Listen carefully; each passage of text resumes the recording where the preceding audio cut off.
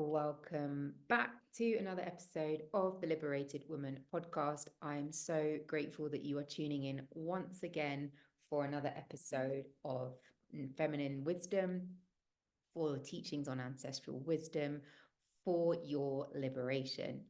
And if you are new to this podcast, hello, welcome. My name is Shani.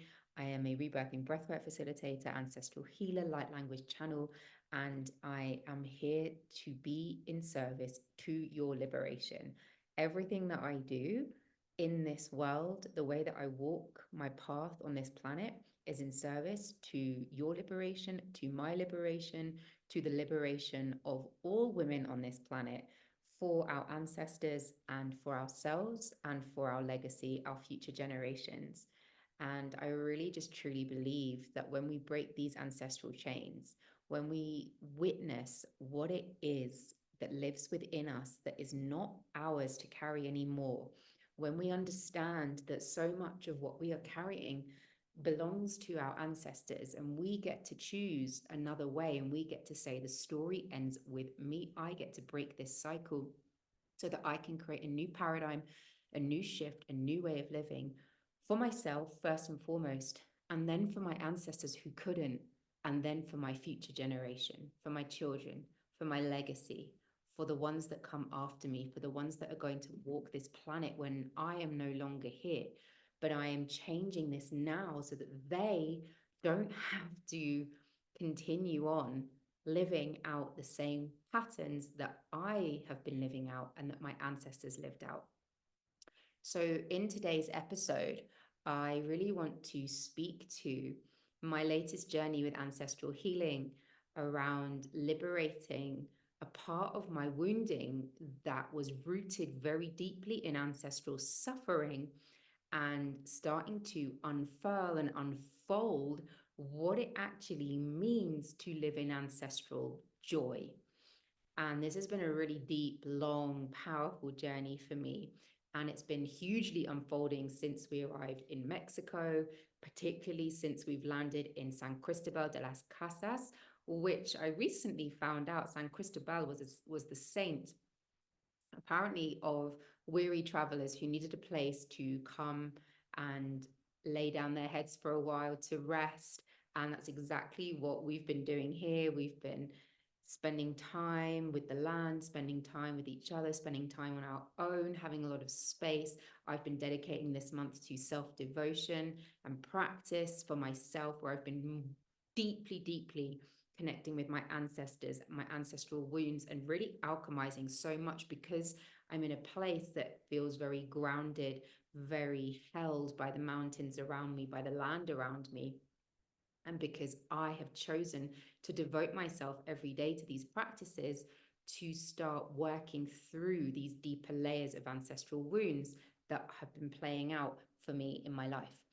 And so, with this journey that I've been taking, one of the things that I've been deeply working on is this concept of the suffering of my people, the way that my people have been displaced. My ancestors were exiled from different countries over time, displaced, moved to different places, and never really felt safe to be in one space. So it's interesting that as I've on my travels on this time, we've been traveling now, my partner and I have been traveling now for 5 months or so. And during that time, we were on the move quite a lot. And now we've found this place where we're rooted and grounded and staying in one place. And it's because we are able to root and ground and stay in one place that now this particular shadow of this displacement and this running away and this avoidance has really come to rear its head so that I can witness it and love it and work with my ancestors to release this pattern that lives within me of constantly having to be on the move because it doesn't feel safe to stay in one place. And with that, I've been exploring this concept of the suffering of my ancestors and what it meant to live in this suffering, what it meant to live in persecution, how it would feel for them, and how it still feels for me viscerally in my body to experience this idea of you're not wanted here and it's not safe for you to be here. And so living in this kind of bitter resentment of nobody wants us here, nobody likes us, people don't want us part of their community, it's not safe to be here, has been living very deeply in my cellular system. And I feel that viscerally in my body when I feel like I'm having to force myself to be in a space of joy, or when I find that I can't fully connect to the celebration of what's going on around me. And my default is to go back into the space of, well, I don't deserve to be in celebration. I don't deserve to feel this joy because actually my coding or my baseline is in suffering. And it's not true. It's not my baseline, but it is something that has been passed down to me ancestrally. And so, as I've been kind of working through this as I head up towards my birthday, which is something that I don't normally like to celebrate. And it kind of got me thinking, every year, another year rolls around, my birthday comes around again. And I'm like, why don't I want to celebrate my birthday? There's this feeling around, oh, it's not okay for me to celebrate myself, or I don't really care about the celebration around the day of my birth. I don't really care to have other people be a part of that celebration. And I had to really sit with this time round and kind of tune into, what is it that stops me from celebrating myself? What is it that makes me feel more fear around my birthday than celebration around the fact that I'm alive for another year, and what a gift and an honor it is to be able to walk this path on this planet and have another year here in safety, in health, in abundance, in flow, in growth, and initiation. And as I've been kind of journeying with, why don't I like celebrating my birthday, and what is this bringing up in me? I was thinking a lot about my dad, first and foremost. My dad has a huge obsession with staying young. He's been a runner all his life, an athlete as part of his hobby, but he also has competed a lot in many races. And every year when he turns a year older, I heard him say, well, I'm not a year older because I wasn't a year old until the year that after I was born. He has this like obsession with staying young. And it's something that's been playing out in my life all my life. It's something that I've heard from him, but it stems beyond that. It stems beyond me just hearing my dad wanting to remain young all his life. It's beyond that for me. This is really deeply ancestrally rooted in the suffering. What do I mean by this? It's like there's celebration and joy and the propensity to want to be in a happier, more euphoric state. And then there's this kind of little sneaky, not so subtle feeling that kind of creeps in whenever I'm in a state of joy that goes, you're not allowed to be in a state of joy. And it's not okay for you to be in that space because your ancestors had to fight so hard for you to be where you are. I think you should come back into the space of suffering. And this is kind of this like unconscious belief that's been playing out throughout my entire life, so that when I hit those notes of joy, when I hit those moments of celebration, when I find myself like giggling and laughing and smiling, something comes in to tell me that it's not okay for me to be in that state. And kind of almost instantly, I'm pulled out of it back into more of a serious state. And it's not actually who I really am. I love to laugh. I love to celebrate myself. I love to dance. I love to sing. I love to take up space. I love talking with people. I love conversations with people. So, where is this coming from? And why is it stopping the celebration? And interestingly, it's not just my journey. I've seen this with quite a number of my clients and with women who have come to my women's circles. I once held a women's circle based around the theme of sacred silliness. Like, what does it mean to be silly? And your silliness is sacred because it's part of your inner child, it's part of your inner play, it's part of your joy, it's part of your birthright. And in the circle, so many of the women said they were struggling to connect to their joy because they had this feeling that they weren't allowed to be in that space. And quite a few of the women commented that this stems from their ancestors, that perhaps it was in their mother line or their father line, where they were told that if they, laughed too much or they were too loud or they were too wild, they were shut down, and they were told that they weren't allowed to be in that state. Like it wasn't allowed, it wasn't permissible. And then of course from their parents, that came from their parents and their parents and their parents. And so you can start to see that this is a really deeply ingrained ancestral wound. And so with my birthday coming up, I decided to alchemize it this year. I decided enough. This story ends with me. I don't have to stay in a state of suffering all my life just because that is the story that has been passed down to me. I don't have to stay in a state of not celebrating myself and not enjoying another year on this planet and not tapping into the celebration around it because that was the story that lives in my body. And so I went to a dinner last Friday and I heard someone say, and it was like the confirmation that I needed. In fact, we went to a cacao ceremony first of all before the dinner. And in the cacao ceremony, it was a beautifully held space. And as the cacao was being passed around, the person who was leading the ceremony was speaking about, you know, the traditions around cacao, where it comes from, why our ancestors drank this beautiful elixir, and the bitter taste of the cacao. And he said the bitterness of the cacao is here to remind us of our suffering so that we can also appreciate the sweetness in our life.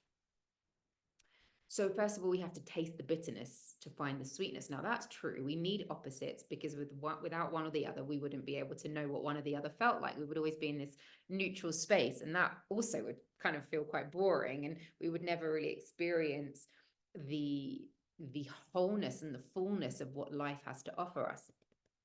But when he talked about the bitterness of the cacao, there was this kind of rebellion that rose up within me at a cellular level that said, no, I'm done with the bitterness. I'm done with the suffering. My ancestors know suffering. I know suffering. I have suffered. I understand what it means to suffer at the hands of the patriarchy. I know what it means to suffer to be in an abusive relationship. I know what it means to suffer to have survived a really difficult car accident and not been able to walk properly for almost a year after that. I know what it's like to suffer with heartache, with grief. This is the human condition. What I actually want is to be comfortable in the celebration, in the sweetness, in the joy, in the happiness of it all, because we get to have both. And so when the cacao was passed around, I took my cacao, we said our prayers, we sang some songs. I had my cacao, and the cacao sent me on a journey. And I closed my eyes, I laid down, I went on this beautiful journey of what it would feel like in my body to be in full celebration. And I kind of journeyed with this for quite some time.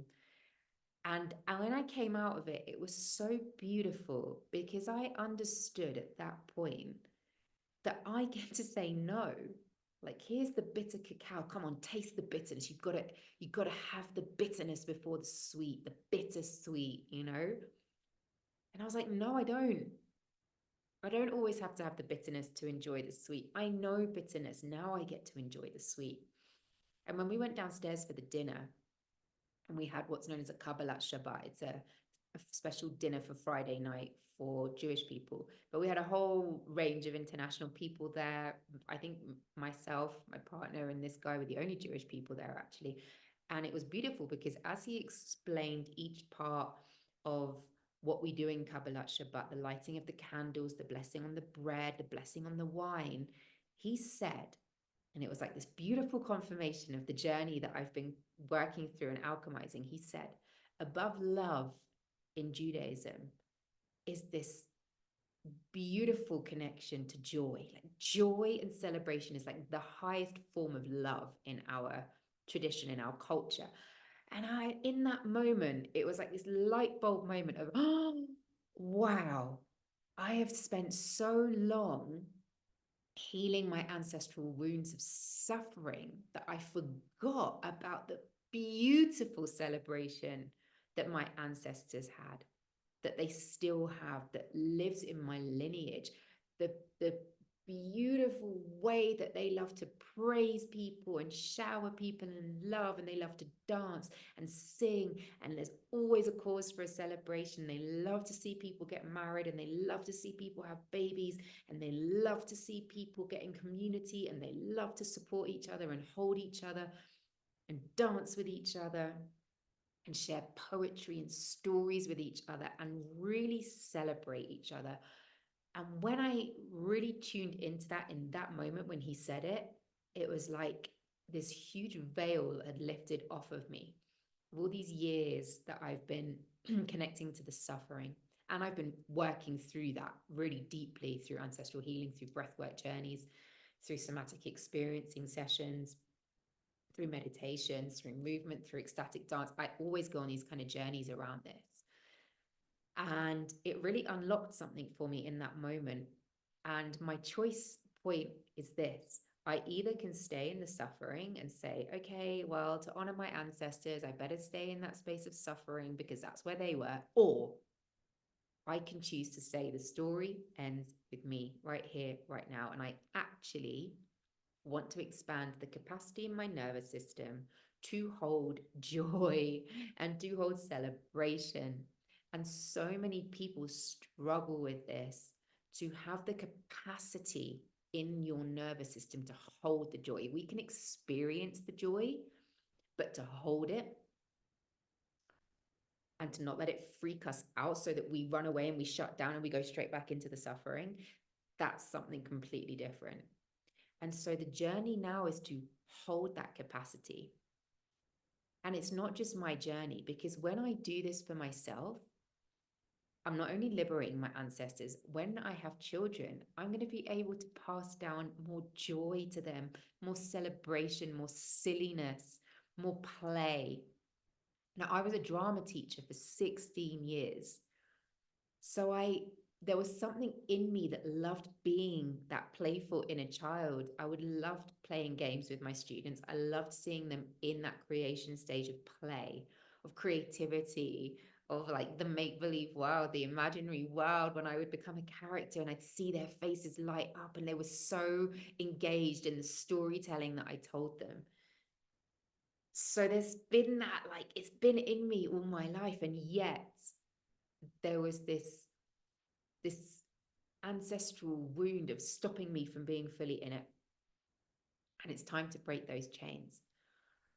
And it's time to expand our capacity. It's time to expand our capacity for joy. There is so much suffering in this world. It's something that we see as a collective. We experience it as a collective, especially if you are someone who is highly sensitive, especially if you are someone who is very empathic.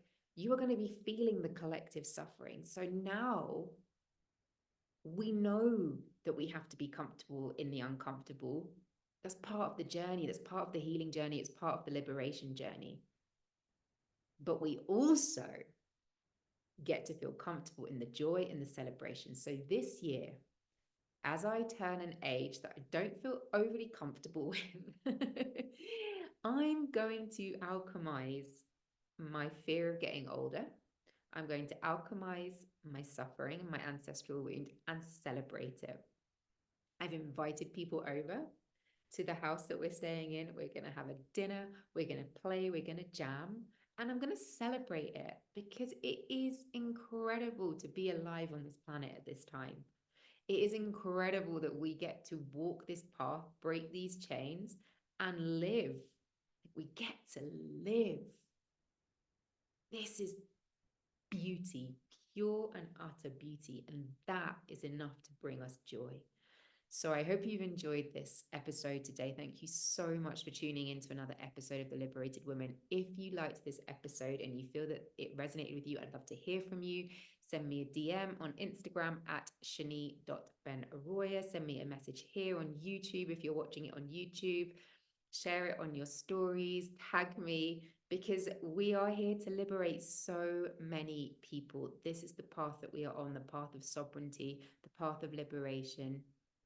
And the more that we can spread this out into the world, the more that we can liberate the people around us. It has a ripple effect. I love you. Thank you so much. for tuning in, and I hope you have a magical, magical day. I'll see you again next week.